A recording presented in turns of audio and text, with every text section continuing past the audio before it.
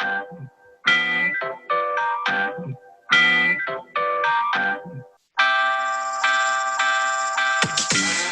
it's Joe West from the West Barn with Mike Shimshack. Today we have Alex Kline. We're pleased to have her. We met her through Jeff Copeland had recommended for the podcast. She's a songwriter, producer, and multi-instrumentalist. She's had songs recorded by Ronnie Dunn, Mitchell Tenpenny, Tenille Arts, Reba, Gary Allen, Bill Anderson, Terry Clark, many more. Produced albums for Tenille Arts, including her top 40 single, Somebody Like That. Terry Clark, Tara Thompson, Aaron Enderlin, and Adam Brand, the Australian sensation that once had a career here in Nashville for a minute. And she has produced records for Thompson Square, I'm seeing here. Maggie Rose, goes on and on and on. So we are pumped to have her on the podcast. Whoa! Welcome. Thank you. It's fun to be here. Good way to start the week. Yeah. And you are located here in Nashville, Tennessee. This is your place over in Sullivan Park where you create. Yep. Mm-hmm. You were telling us a little bit earlier that it had been flooded before, but no longer. You've got it all, looks beautiful down there. It's a writing room. See a ton of instruments, so you can grab anything's at hand's reach. And I assume you have a little production station there that you're pointed towards. Yes. Yeah. I've got a nice desk here and some outboard gear. And speaking of things falling apart, I spent a lot of money on a nice compressor with tubes and all of that, and it's been giving me all of the tubes busted Which a one? couple of months ago, and then something with like the electrical stuff, and so now they're replacing it. But anyways, it's wonderful when it's working. But What compressor is it? I got a retro STA level. Oh. Yeah. Nice boutique gear. Oh, there's my dog, by the way. She's I was going to say you have a feral pig back there running around. That's Patsy Kline over there. So. Oh, that's sweet. Dogs are great, aren't they? Come on. Yeah, especially right now. I live alone, so it's actually I live in Patsy's house, and you know, I don't think I've ever met a co-writer that didn't like dogs. Isn't that interesting? I think that means you hang out with good people, or you're interviewing the right people. So every once in a while, I meet one who like would come over to my house and kind of step back when Patsy would come up, and I'm like, I don't know if if you're good people. Yeah, this isn't going to work. Mm-hmm. Yeah, I've had a couple of people come to the studio, maybe background singers or a musician here or there that will wince when the dog comes up, and I'll take the dog up to the house, but at the end of the day, it's a really you're right. It's a really good litmus test as to whether they're if you're supposed to be hanging out with them. Not to say they're bad people, but they just aren't my people. Yeah. Maxine is laying down here in the corner. I don't know if you saw our logo, but it's a German Shepherd. Oh. And she usually lays around on a couch behind us while we talk. We wax poetic with many music business people. But today she's on the floor. I don't know if you can see her. Let me tilt my whole. There she is. Oh, hi. She's like, I was snoozing. Yeah. So let me tell you why we're so excited to have you on the program. We have been desperately trying to find women to come on the program, and it's been not as easy as you would think. So we are so glad to have you, and so glad to have you as a record producer, because even in those numbers, there's a lot of great girl songwriters, a lot of great female songwriters. When you get into a recording studio, it's really rare to see a woman producing records. So we want to know what drew you to that. I know you went to Berkeley in Boston. Yeah. We know you play a ton of instruments. We know that you're a great songwriter. So what was the transition into production, and what role does that play for you? Was that something you were always striving to do, or was it something that just became? What's funny is when I went to Berkeley, so I was a songwriter major there. You pick a major and you pick an instrument to study. So I was a guitar player and a songwriter. And I knew some friends who did MP&E, which was music production and engineering. And I just thought it was the worst major ever, because they were just like locked in these windowless rooms. And especially like when you're in college, you just have to like do work on stuff whenever it's available, which a lot of times they would be in there from midnight to 5 a.m. working on projects and stuff. And I was like, oh my God, what a terrible profession that is. Windowless room, listening to the same song over and over and over again until sunrise. No thanks. Forget about that. And so, so when I moved down here, I had no desire to do that. And it kind of just ended up coming out of necessity. Like when I transitioned into songwriting, like you brought up Jeff Copeland earlier, and he was my producer when I was in a band called the Lunabelles about 8 or 9 years ago. And first of all, looking at Jeff, I still had no desire to seeing how much work he put into our project and kind of, you know, what it was like to wrangle a band. And of course, I think some of the reason that it was hard is because we were 4 girls, and as much as I love girls and stuff, I just wouldn't necessarily recommend a whole band, a whole band of girls. I'm allowed to say that. You guys can't say that because you're men, but I'm allowed to say that as a girl.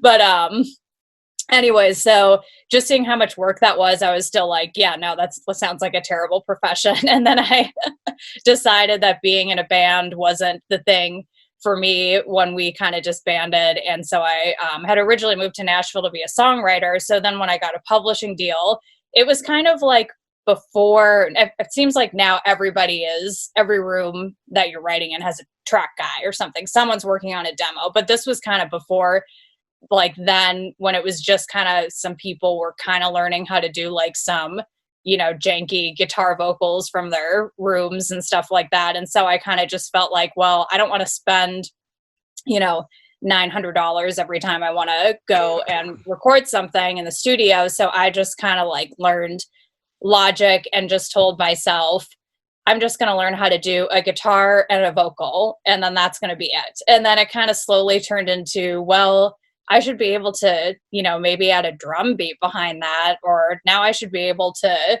add a couple other elements. And so it just kind of ended up growing because I needed to get some, you know, some demos done. And then I still didn't really consider myself a producer until my, you know, basically she's my sister now, basically, but Erin Enderlin, I was playing guitar with her, and we became friends and started writing songs, and she wanted to do an EP, and she asked me to produce it. And I thought that she was crazy for asking me to do that because I wasn't a producer. And she was like, what are you talking about? You've been producing this whole time in your spare bedroom. It's just the same thing, except for you just do it intentionally. So, and we actually went into the studio. We had a very small budget.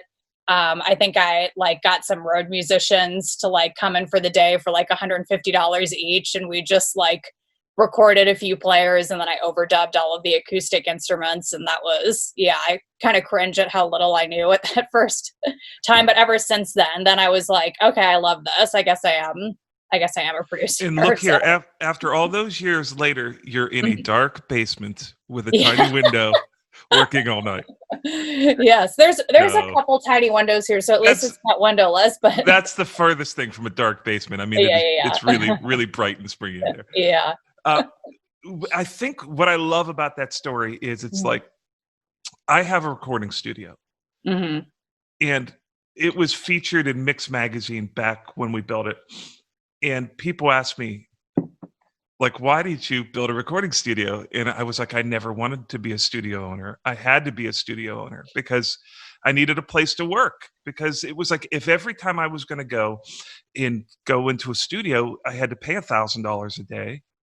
Well, it just didn't make sense. I had to build it. There's so many people in this business that go out, buy all the gear, buy all the guitars, deem themselves a producer, and then go produce. Whereas like a person like you has to do it as a consequence of what they're doing. It's like, well, I'm not a producer, but I'm going to go ahead and do this because I'm a songwriter and I have to get the song done, and I don't want to spend $900 for a demo. And it's like that, I find, is where the best people come from, because it's driven out of need. It's like, oh, I have to be a... That's how I got into it. The same way Alex was just described. Literally, I couldn't afford to hire people to make my demos, and it would just be out of necessity. Yeah. Same deal. I think we all have the same story. That's an interesting... necessity is the mother of invention. So yeah. Yeah. And, at the end of the day, you end up looking back 30 years later and you're like, oh my God, it's like you have all this stuff that is the baggage of doing what you need to do at the end of it. Like the amount of guitars that you end up acquiring, it's like, do you ever ask yourself, wait, once I accumulate all of the gear that I am purchasing and plugins, how much money have I saved from not going into someone else's studio? That's a great point. I mean, just what I own in patch cables, those little tiny telephone patch cables, because they're like $30 a piece. It's like, and the mic cables at my place, I probably own $15,000 worth of mic cables. It's like, What are you using now? What are you using, Alex? You said you were a Logic user. Did you transition? So picking up from that story, I guess. So I was a Logic user. So I went into the studio and I had never, I've seen some people use Pro Tools, but I'd never used Pro Tools. And I got all these sessions back in Pro Tools, and I had to beg one of my friends who knew how to use Pro Tools to help me record the rest of the stuff that I needed to do. And I also didn't have amazing gear at the time. So he, God bless his soul, let me go in and kind of overdub a bunch of stuff. And he helped kind of edit some stuff because I had no idea what I was even looking at. And so once I kind of muddled my way through getting that project done, I was like, okay, I have to learn Pro Tools just because that's, what everything is recorded in studios. And so I locked myself in my little studio at the time and just kind of forced myself to learn Pro Tools for a month. And then I just haven't looked back. And now I wish that I had stuck with Logic a little bit too, because now everybody's, kind of it's this cool thing to go back into Logic, and the programming, I guess, is a lot easier in there. And when the quarantine started, I thought, this is perfect. I'm going to learn Logic, or I'm going to learn Ableton or Studio One. And I opened up Logic because I still have Logic on my desktop. I spent about 15 minutes in it, and I just was like, I don't even know. I don't even remember how this worked. I just got so frustrated that I closed it, and that was it. And so I remember making this. I use Logic now pretty much exclusively, but I was a Pro Tools guy forever. And I remember going into Logic and the name Logic seemed counterintuitive. It seemed so not logical to me as a program. And now I get it. Now I'm into the but it is a weird thing to transition back and forth from the two of them. I found myself for the first year constantly hitting the Pro Tools shortcuts and it not going. Apparently you can actually load that into Logic, that you can actually use the Pro Tools shortcuts. I tried that because I thought, okay, if I can use the shortcuts, then I feel like that's half the battle. And only 3 of them worked. I feel like that it's a con to get you to come over, and then you just have to learn their shortcuts, unless I did it wrong, which is entirely possible. Audio editing and stuff is still so much better. Yeah. I don't know. One day. Are you mixing all the records you're producing, or no? I I'll mix a lot of my demos, and they sound fine for demos and stuff, but I really dislike mixing, and that's just something that I feel like too. I like to know my limitations and say I'd rather just move on to the next thing or focus on learning how to play better or produce better than having to then also acquire all this stuff to make the mix sound where it should be, because there's people who do that all day every day who are just stellar at it. So do you use a specific person to mix a lot? Yeah, actually, the guy who I use pretty much exclusively his name's Aaron Chmielewski, and he has a little space in Starstruck Studios, and he's really great. I met him through a friend years ago. He engineers all of my sessions too, and he's great because he's a New York asshole, and I like working with him because I'm the opposite of that. And so whenever we're in a session and something doesn't sound good, he's like, that guitar tone sounds like shit, we need to change it. And so as opposed to someone who's like, oh yeah, man, easy breezy, it's all good, we'll fix it, whatever. He's like, oh, he's always make sure that if something can be better, he'll let me know. So that's something that I appreciate in a work husband. So are you finding, I'm sure out of necessity, you're doing a ton of engineering too. Is that something that you want to do or dislike doing? I kind of engineer myself, but I can't say that I have a huge desire to like go into the studio and know, you know, how to engineer everything properly when it comes to like putting the right microphones on a drum kit and stuff. There's just so much of that I feel like you have to, you know, be constantly learning and placements and stuff. So again, something that I feel like other people are just better at. And I also think too that just like with the way that people are producing, like I go into the studio, you know, when it's not COVID season, you know, like a handful of times a year. And that's kind of my experience with being in those spaces with all of that gear. And so like someone asked me to do a video with them of them in front of a mixing board. And I was just like, I'm going to be totally honest with you. I don't know how to work. Like if you want me to just push some faders up and down so it looks like I know what I'm doing, or just like turn some EQ knobs. But everything that I do is like here in my studio with a couple pieces of gear. I have one microphone that I love, which is a Manley, and, you know, one chain that sounds good. You know, and I don't mess with it beyond that. So there's such a great divide between that culture of large format recording and the new engineer, which, you know, I was telling Mike the other day that I think that the old culture of large consoles, big studios, I don't think it's going to perpetuate itself. I don't know that if that's going to continue. There isn't a new crew of people on Music Row that are like the large format guys, young guys coming up. They're all with, you know, hanging out with monitors blowing on their face and, you know, keyboards and mouses. Right. So people will say it's like, they'll act like it's less legitimate because the console just looks so incredible behind somebody, right? Everyone likes to take a picture with a big console. But at the end of the day, it's like, it's what you listen to on the record.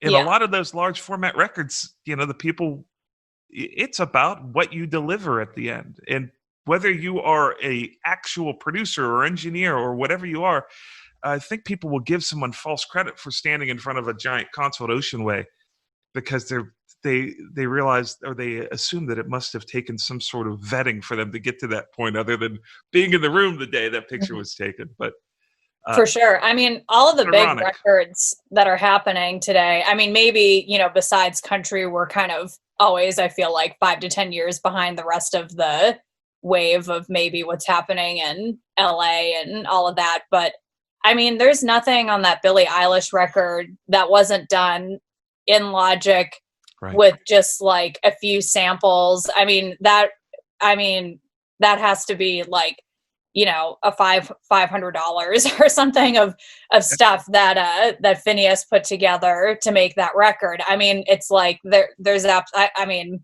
I could be wrong, but besides the vocals or maybe recording an actual piano, I mean, there's no need for any of those pop records to actually be in studios. I think that they sometimes record in studios just for the vibe because the artists are probably just like to feel creative. But when I see like the Taylor Swift documentary and she's in there recording her whole record, I mean, they're just in the control room, just kind of sitting there and the guy's like making beats and stuff. And then she'll go in and sing, but there's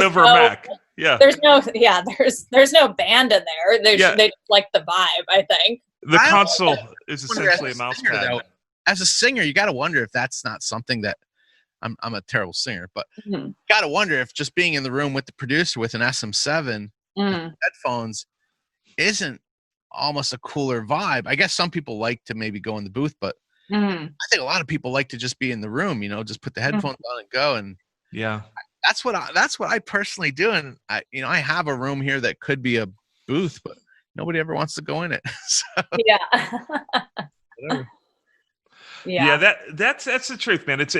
All that matters is what ends up on the MP3 file, on the WAV file, you know, on the CD, whatever you're gonna, you know, the finished product. It's all that matters. Nobody cares.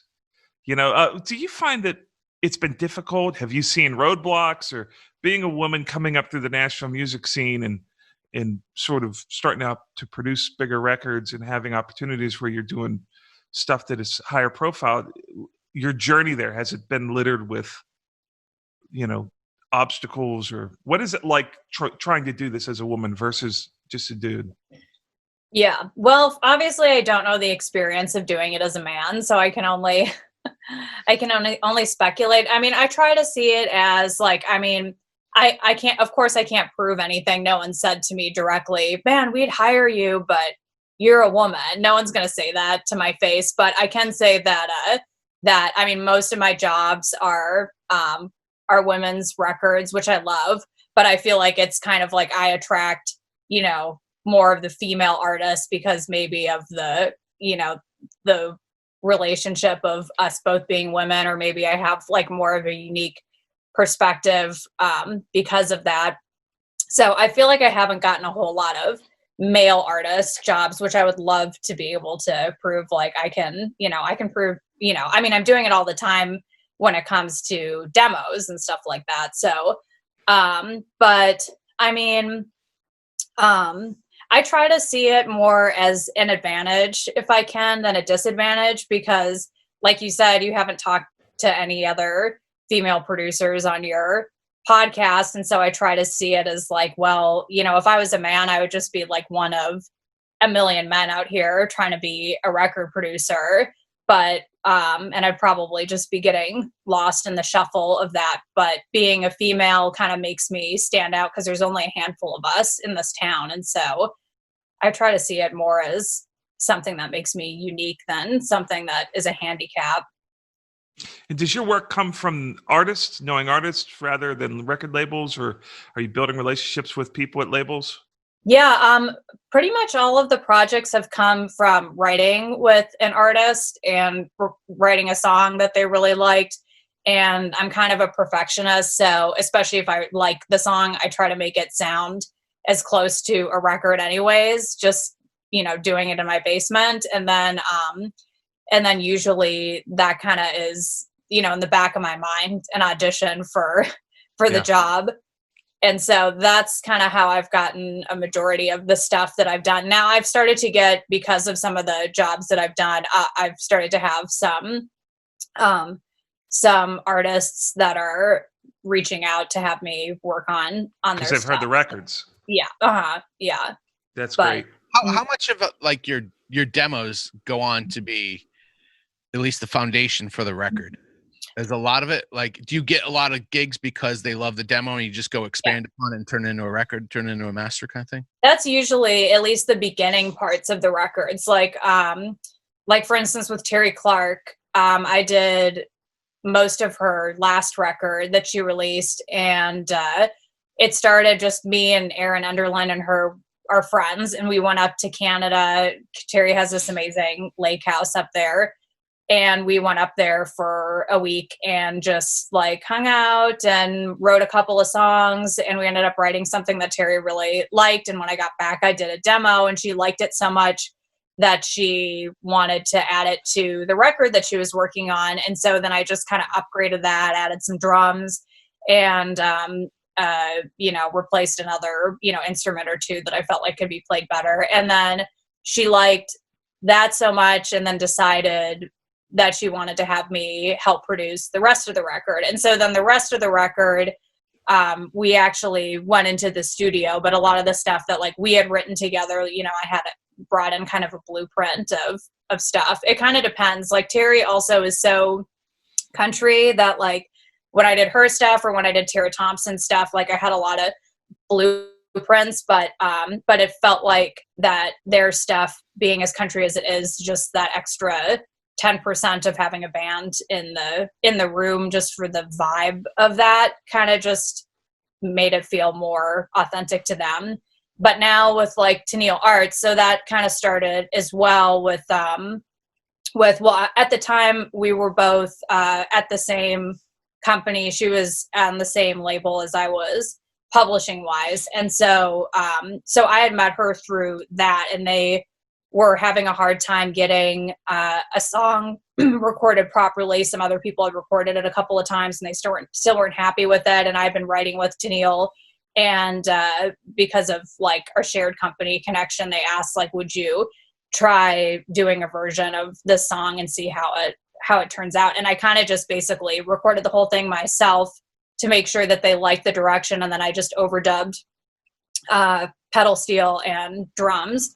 And so then they liked that enough, and I ended up doing about 6 songs on her record. And so a lot of her stuff was kind of a mixture of, though, like her current single that's out right now is like 80% just me doing it in my studio. And so I overdubbed, like they liked the track so much and they wanted it to get done quickly. So I overdubbed drums and then had Adam Schoenfeld play lead guitar and replace mine. And then that was basically it. So it's kind of a mixture. A lot of her stuff is a little bit more pop leaning. So I feel like it doesn't need as much like the band in the studio if I feel like the demo feels where it needs to be, unless I need a whole fresh perspective. But stuff that we've been doing together, a lot of it for the future is going to be like some stuff that we wrote that I'm going to just replace a couple of things and not overthink the process. So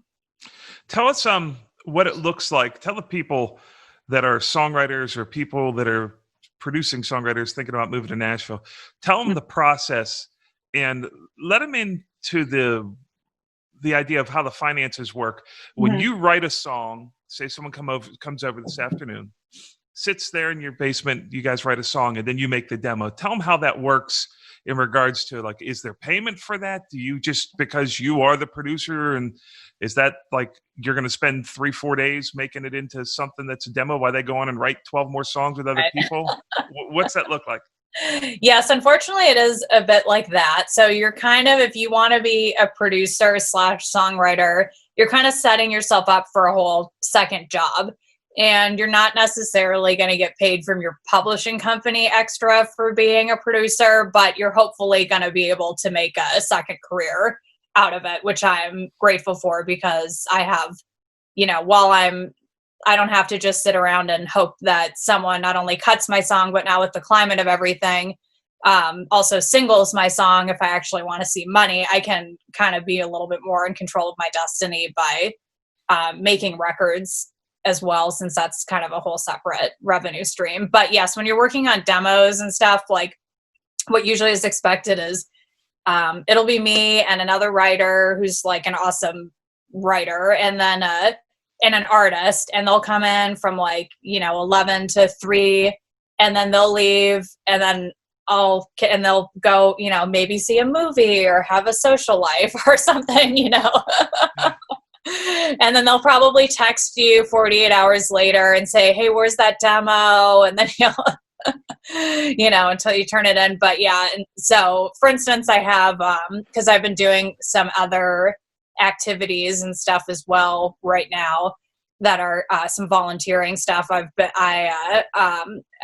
about 20 demos behind right now. And I probably have a handful of co-writers that want to wring my neck, but anyways, so yeah, it is definitely a whole lot of extra work, but it can be very rewarding though. So, but yeah, just be prepared to not have a social life is kind of what I tell people who want to get into building tracks. Yeah, that's the truth. That was always a frustration for me. And then there's that thing where you're like, okay, well, I'll just write with some other track people, and then you do it, and then they give you this demo that's like, ugh, I just wasted the day now because I hate the demo. But yeah, that's the beef with being a producing songwriter. They want you to produce the track, especially if they say, oh, I love that Aaron Enderlin record you did.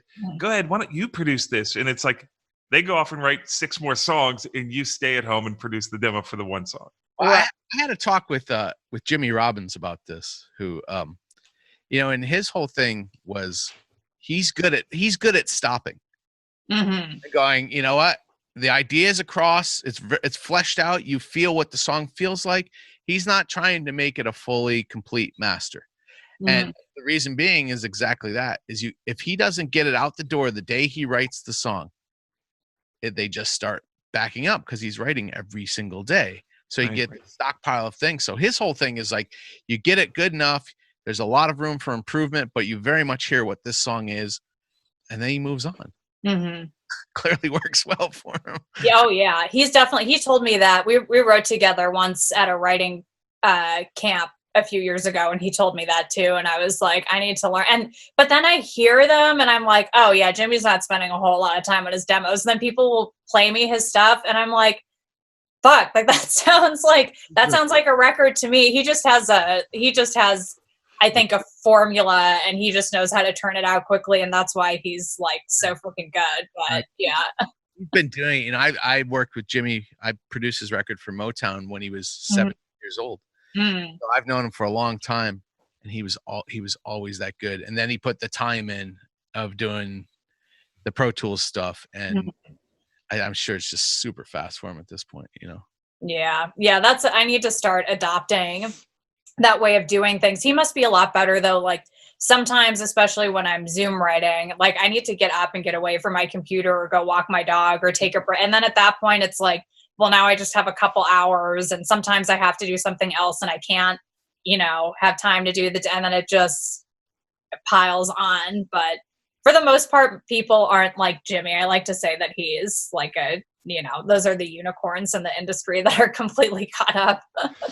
Well, and what do? You don't demo every song, right? You make a determination whether it should be demoed or not, right? Yeah, that's also a tricky spot, because I feel like someone in the room thinks everything, you know, that the song should be demoed always. And so it's like, how much do I do to this to get the point across? Will I offend them if I mean, there has been a couple times where I just like have totally just forgotten to do the demo, or I keep pushing it off and I'm not getting it done. And I'm sure then that's the position too, where us producer writers are at the risk of pissing off the artist. And then of course, if I piss off the artist, we wrote one bad song and I don't want to do it, they'll probably get a major record deal and become huge and never want to write with me again. So then you have to think about the relationship and stuff. But yeah, it's kind of interesting, because, you know, when I first got a publishing deal, it was like,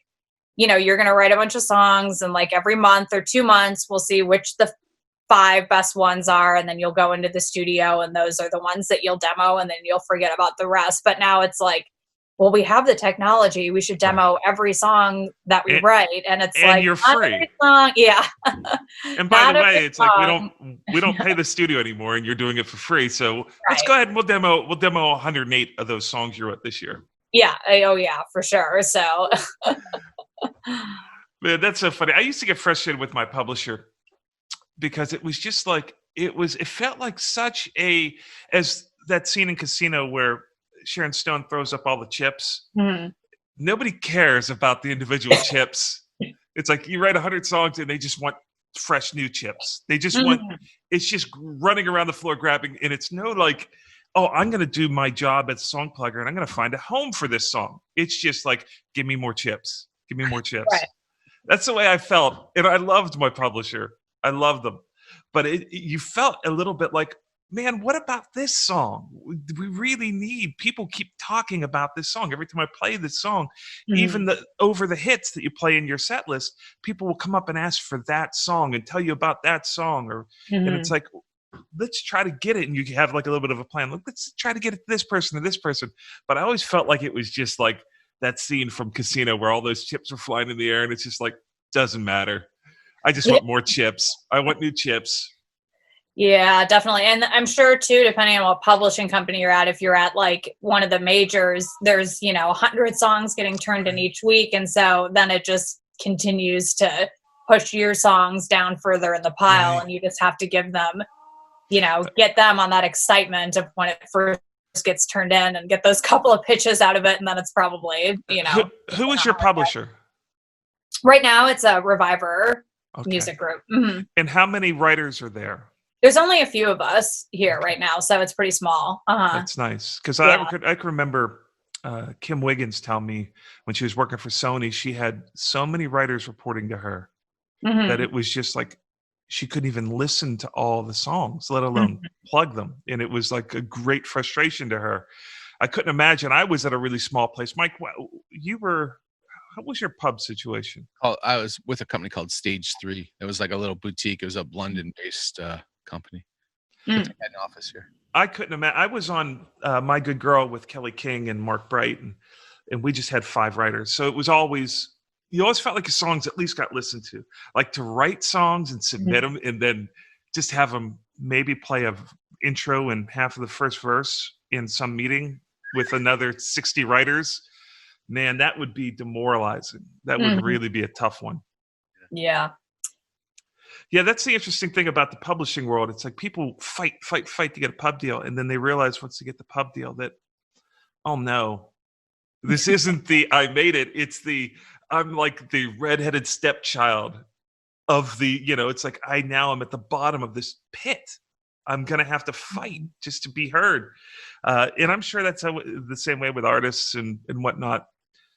Tell us a little bit about your Adam Brand record that you worked on. Oh, sure. Well, Erin Enderlin actually co-produced that with me, and she's been friends with Adam from, back when he lived in Nashville. And he reached out to her because I think he's recorded a couple songs of hers and said, hey, I'm looking to do a new record. Can you send me some songs? And Erin sent him. Actually, Erin was a co-publisher of mine. In my previous deal, I was signed with Starstruck, and Erin had a little company where she had a couple of writers with her where she kind of found joint ventures. So she was, she sent him a bunch of songs that either we had written together, with male artists or stuff that I had done. And he was like, oh, wow, I want to cut some of these songs. Who produced these tracks? And she said, oh, well, Alex produced actually most of these. And he was like, oh wow, well, would you guys do my record? And so we were like, okay, sure. And so it was a really interesting process because I've never met him in person before. He's stayed in Australia. We got a studio, got a studio for 2 days, cut 10 tracks, just, and that was a little bit nerve-wracking because he wasn't there with us. So I was like, I hope that we did a lot of pre-production and a lot of the stuff was kind of spelled out already. But, we just kind of hoped that he was picking the right keys and tempos because, we were just going to go in and cut it that way. And I had nightmares that like, oh my God, what if I wrote down all of the wrong keys? And he was like, this isn't right. But, or that he's going to hate it when we send it to him. But so we cut a whole record here in Nashville over at Starstruck Studios. And then we just sent the tracks to him to sing vocals on, and then we did the rest here and mixed it here and stuff. And so, yeah, it was And that was a number one record? It was a number one record down there. Yeah, I had a couple number one songs too. So I think it won some stuff. I don't know. Australia is such a whole another world. I was like, oh, cool. This is number one down there. Or this won some golden guitar thing. And I was telling Mike that that Adam had cut a song of mine for the US record that never came out on Sony. But then I was updating a bio, and I saw on All Music that he had cut another one of my songs on a record that he did in Australia. And you're like, I'm a huge fan of his, but it's like Australia's an odd little thing. It's like you can have a number one in Australia and you never hear about it. It's like someone will be like, oh yeah, that went to number one. It's just an odd market. What was the budgets like on a record like that? Like they touted him as the Kenny Chesney of Australia when they brought him to the States. So he's like one of the biggest country stars over there. I'm wondering, what does a budget look like on a big country star from Australia? Honestly, it was about like that of, I don't remember exactly, but that of like a decently funded, independent record label project here. So it was pretty, we could do everything the way that we wanted to. And Erin and I still made a little bit of money out of it for sure. He actually invited us, and sadly, and we almost took him up on this, but he invited us to come down to Australia last year to record a record with him. And the funding was kind of so where basically it was just going to be like he would pay for us to come down there and like hang out and write a little bit and do the record, but we weren't going to really make any money off of it. It was going to be more like the experience of being in Australia and stuff. And I was a little bit like, both Erin and I were like, oh, cool, a free trip to Australia. And I've never been. And I kind of thought that would be exciting. But then also I was like, I have no idea what we're going to walk into when it comes to players and the studio and stuff. And Erin ended up getting a tour with Jamie Johnson. And so we ended up not being able to do that. But I'm sure that would have went in. There would have been a bunch of like didgeridoos in the studio. Exactly. In rain sticks. Yeah, for sure. So Well, that would have been that seems to be the course for a lot of things in your opportunities you get. It's like, oh well, it kind of ends up being a free trip. You know? Yeah, that's I know that is uniquely the entertainment industry. It's like you're not going to get paid, but you'll get a vacation out of it. And by vacation, I mean you'll be here working the whole time inside of a studio. You're not really going to see anything, but you're going to. Well, when you're putting together these budgets, it's like it's interesting because most people out of necessity end up, oh, now I'm a recording engineer. Now I have a recording studio. Now I'm a producer. Now I'm mixing the records. Right? All as a byproduct of like, oh, I need to get this stuff done. I just wrote this song. We need a demo of it. Right? So when you're doing that, the fact that you're hiring a person to mix it, you're hiring an engineer, you've got to have budgets. Right? Oh, for sure. And then there's step two, honestly, where the artist has never heard of a digital editor, for instance, but that's a non-starter for me. I need to hire a digital editor for this record, and that's an extra $500 per track. And they're like, wait, where is this money going? And it's like, I'm going to explain it to you and you're still not going to understand, but I promise it's going to be the difference between it sounding like amateur hour and it being a hit record. So just stuff like that you add in. And some people, and I haven't done this yet, but I'm hoping to get to the place, which I think I could, but I just hate having people to spend this money, but is hiring a production assistant. Like I would love to have a production assistant because I hate putting together budgets and calling musicians and scheduling and all that. That's just not my forte. And I feel like I always am like, the budget's going to be about this. And so I know. Right. but that's a whole other like $500 a track. And something that's, I almost wonder, it's like, it might actually be to your benefit because it's like, oh, we have to hire the engineer. We got to pay him. Oh, we got to hire this guy to mix it. We got to pay him. Hey, we got to hire the digital editor. We got to pay him. It's like, oh yeah, you got to pay me too. So it's almost, it might actually work in your favor. Whereas like that at the end of the co-write, it's like, hey, do you mind sticking around for 3 days, playing everything, producing everything, editing everything, mixing everything, recording everything? Do you mind doing that for free? And it's just sort of put onto your lap. It's actually, it might work in your favor to say, well, geez, I can't not get paid. Everyone else is getting paid on this record, right? For sure, definitely. And it's interesting, like I've had to be, and I don't know if it's people who I talk to say it's a female thing, but there's a part of me that's always like, well, I can maybe lower if you can't afford that, I'll lower or I'll do this one if I wrote it for free. And I worked with this guy at Reviver who still kind of runs Tennille Arts' promotion where she is, and he had to train that out of me. He was like, no matter how desperate you are for someone to cut your song, if you think that if you did it for free they would cut it, you are not allowed to say that anymore because you have to value your work, and it's a different thing than writing the song. And so I've kind of had to teach myself to like, and also most of these people they have budgets and stuff too. So and if they don't have the budget for something, then you have to just kind of be okay with walking away. Well, you got to wonder what they're going to, if they don't have a budget to record it, what budget do they have to do anything with it afterwards? Exactly. That's a great point. Yes. So don't tell us what you make, but tell us what the third party costs. If someone wants to do a song, like to hire an engineer, like do you have like, oh, well, in order to get us through the process, we're going to need at least these 3 people we talked about: mix engineer, recording engineer, and digital editor. And, of course, session musicians. Tell us what that would cost exclude your production fee, let's say.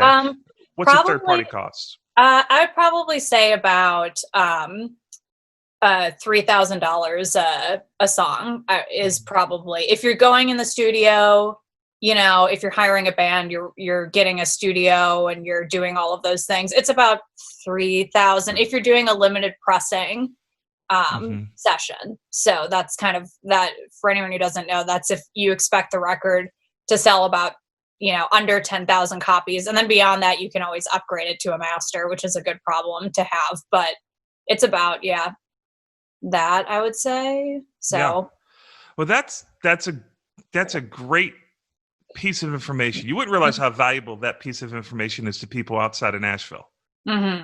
the people that think, they're like, oh, I wonder what it would take for me to get to town and record something, you know? And, Mhm. you know, a person like you can track build everything.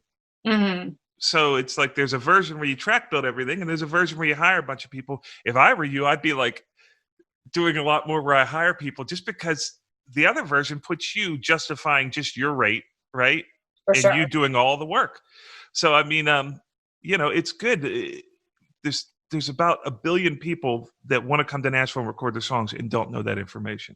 Yeah, I mean, yeah, definitely. I definitely find myself, especially if it's not something that I already wrote and kind of have like a really good blueprint because I did a demo, wanting to hire out other people. I mean, especially also just because like I think I'm a good player and there's some things that I'm going to do differently that might be cool and unique.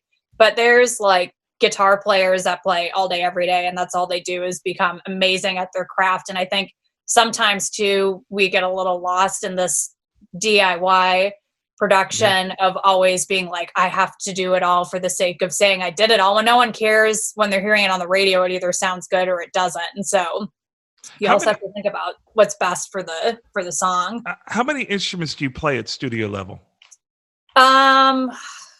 Well, I play a little bit of everything, and it just kind of like I can throw a banjo on, and unless it's like a bluegrass style banjo, then I would have no idea. But for the sake of like, Luke Bryan style banjo or something like that, I can I can do that. I can put, I put mandolin on a lot of the stuff too.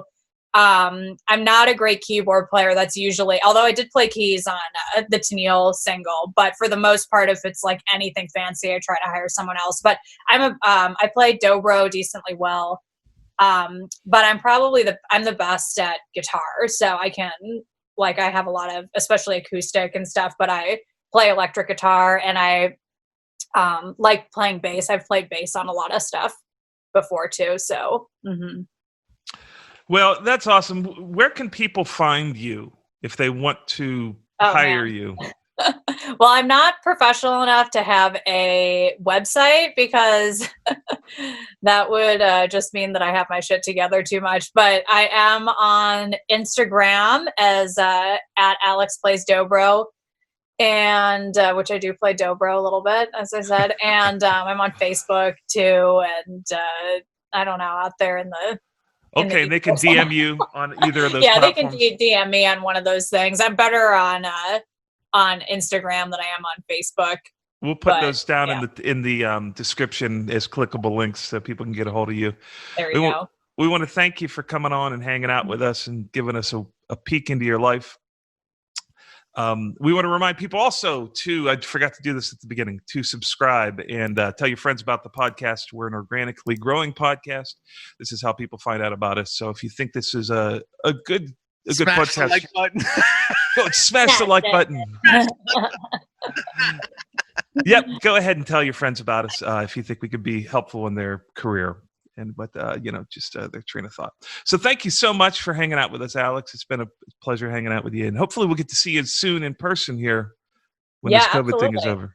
Yeah, we'd love to have you back. Well, thanks for having me. And I just realized my dog's been snoring for the last 10 minutes. I don't know if you're picking any of that up, but if you are, my dog is very entertained by what we've been talking about, obviously. Yeah. All right. Well, thank you so much. And we'll see you next time. We're signing off from the West Barn.